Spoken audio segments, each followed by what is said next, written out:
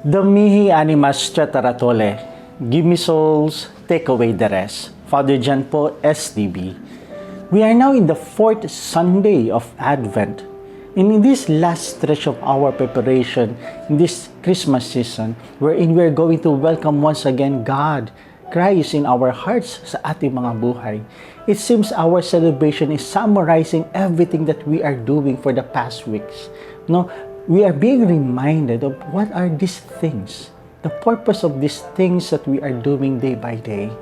Because in our first reading, pinapakita po dito na what is the purpose of God becoming man? Kung bakit siya ipapanganak sa mundong ito. And that is to save us from all our sins.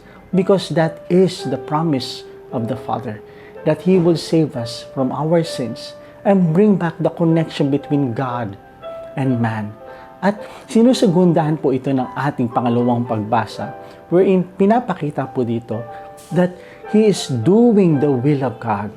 Jesus, by becoming man here in this world, is fulfilling the will, the mission that God has granted Him. And that is to save us from all our sins. To tell each and every one of us that God is with us. God is living, journeying with us as we struggle in this life. That God never abandoned each and every one of us. Kahit anong mangyari, hindi tayo iniiwan ng ating Panginoon. And He is fulfilling His mission through Jesus. And Jesus is fulfilling the will of the Father.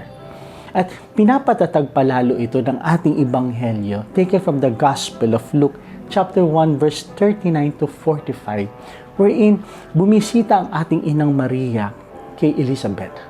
At doon, yung narinig ni Elizabeth ang tinig ng ating Inang Maria, napatalon ang bata sa kanyang sinapupunan.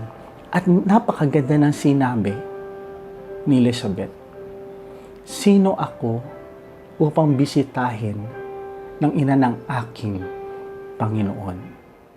In this conversation, pinaalam sa atin, pinaalala sa atin kung sino ang dinadala ng ating Inang Maria. At ito ay ang ating Panginoong Hesukristo. Ang ating Diyos ay bumibisita sa atin. Ang Diyos ay nakikipamuhay sa atin.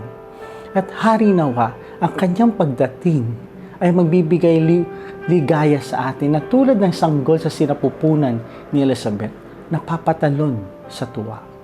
At ayun ang dapat nating nararamdaman kung nalaman natin sino tayo upang bisitahin tayo ng ating Diyos.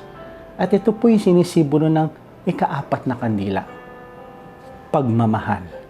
Sapagkat sa pag-ibig ng ating Diyos, nagawa niyang magpakatao upang makipamuhay sa atin.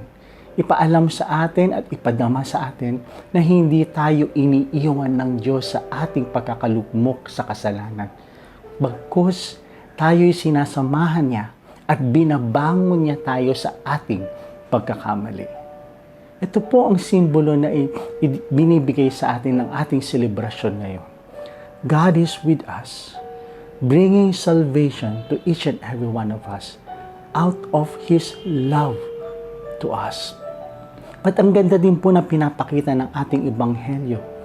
What will be our response to this wonderful gift that God has granted to each and every one of us? Tinuturuan po tayong gayahin ang ating Inang Maria. We have received the Lord through her.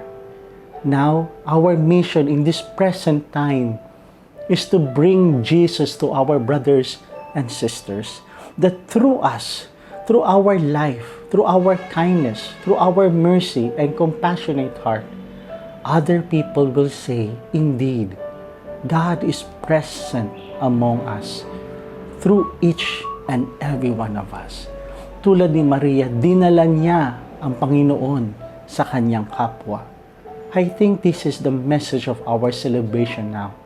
Let us bring God to our brothers and sisters what we have received in this season, and that is God nakimamuhay sa ating mga puso Let us bring Him to our brothers and sisters.